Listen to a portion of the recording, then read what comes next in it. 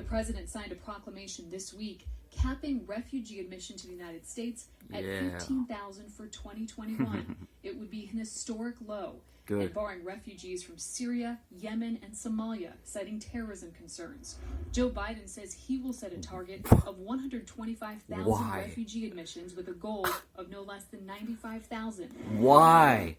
Why are you trying to bring in at least what are you trying to prove? What is the point of that? You are trying to risk us having Muslim attacks? Why? We don't need 95,000 new people. We have 400 million people that can give birth to new babies all on our own. Why do you need to import people? Just to make some point? Like that America is so empathetic? Are y'all forgetting about the Boston Marathon bombing? Hundreds injured, people dead. Guarantee there'll be more Muslim terrorist attacks in America if Democrats take over again, just like there were with Obama. There were no Muslim Islamic terrorist attacks in America under Trump. And then Democrats won't be like, yeah, well now there's white terrorism like Kyle Rittenhouse, that young little kid that was protecting himself from the Antifa child molesters that were trying to riot and burn down Kenosha, Wisconsin. Oh, is it that white supremacist terror? Is that a terrorist attack?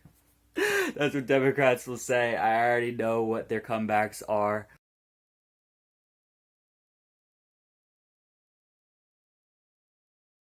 There's no white supremacists or white terror attacks happening. There's never been a white person that is sawing off the head of anybody for anything. Christians only go protest outside Planned Parenthoods when they are radical crazies. But Islamic crazies, oh my God, we just can't deal with that. We cannot risk that. It doesn't make any sense. And feminists and women that believe in equal rights and everything like everyone does, how the hell are you going to promote or endorse Democrats bringing in more Syrian refugees and Muslims and all this and that? And for anyone that wants to say, oh, well, Muslims aren't going to kill nearly any amount that Trump has killed because of his strategy for the virus.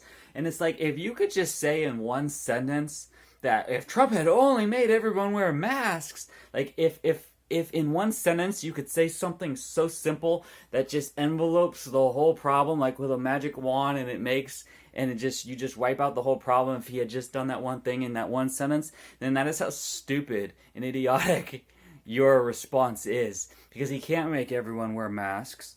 He can't make me wear a mask. He can't make the tens of millions of young people wear masks that are so oblivious to anything that he's saying. It's not like if he had just told his supporters to wear masks and they would have worn masks. No, because tens of millions of young people don't even care about politics and they're not wearing masks. They're pissed that the universities are shutting down their parties and shit like that, and they're not quarantining. They're not staying locked down. Protesters don't care. They're screaming and everything. Some through their masks, some no masks. The virus is doing what it's going to do.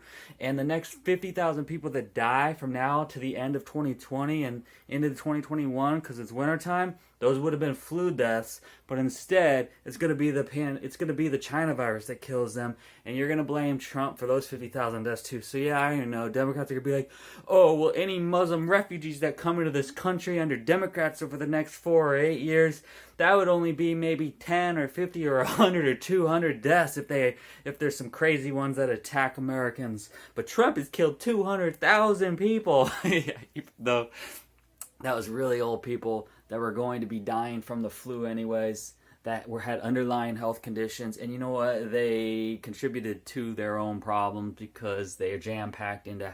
They're illegal immigrants that are not supposed to be here and jam-packed in unhealthy conditions and doing bad things. And what do you want to do? You want all of middle-class America, whites, blacks, and Mexicans, middle class and on up, everyone who lives in nice houses and places and spread out, not 50 people to a room.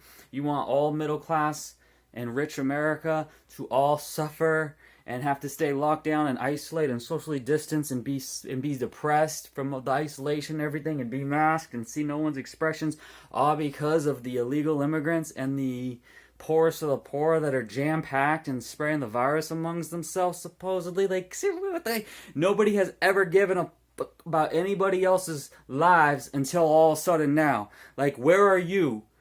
Where's your concern? Where was your guilt tripping when everyone is too busy with their day every single day to say, hey, why aren't you protesting? Mothers against drunk drivers, you need to protest with us against all these DUIs that are killing people, and all the drug companies that are making people overdose on all these opioids, and all the secondhand smoke that's killing people. We need to protest against the tobacco companies, and all the domestic violence, and all the car crashes, and the tens of millions of people that are dying every single year from so many different things like that.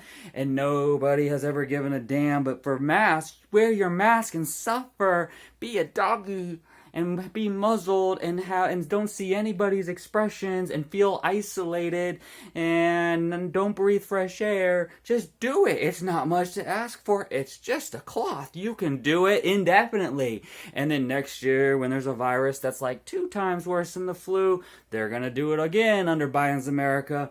But anything that's more than just flu level, 2 times, 3 times, 4 times, or right now, China virus 5 times, gonna keep saying, put your mask on. It's a permanent thing. Everyone, hang your mask on on the coat hangers, because you're gonna keep it forever under Biden America. So dumb. People that blame Trump for the virus, or that he didn't say to wear a mask, and then everyone would wear masks. Such BS, because I'm not listening to him. Tens of millions of young people aren't listening to him. They don't even know what's going on with it. They're just trying to hang out, party, and live life. It's so great seeing the Trump rallies show their narrative versus the media and Biden showing their narrative. Which one's true?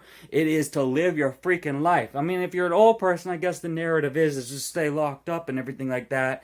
And they're jealous. But everyone else, live your life. You can't be freaking socially distanced long term, and that's how it's going to be.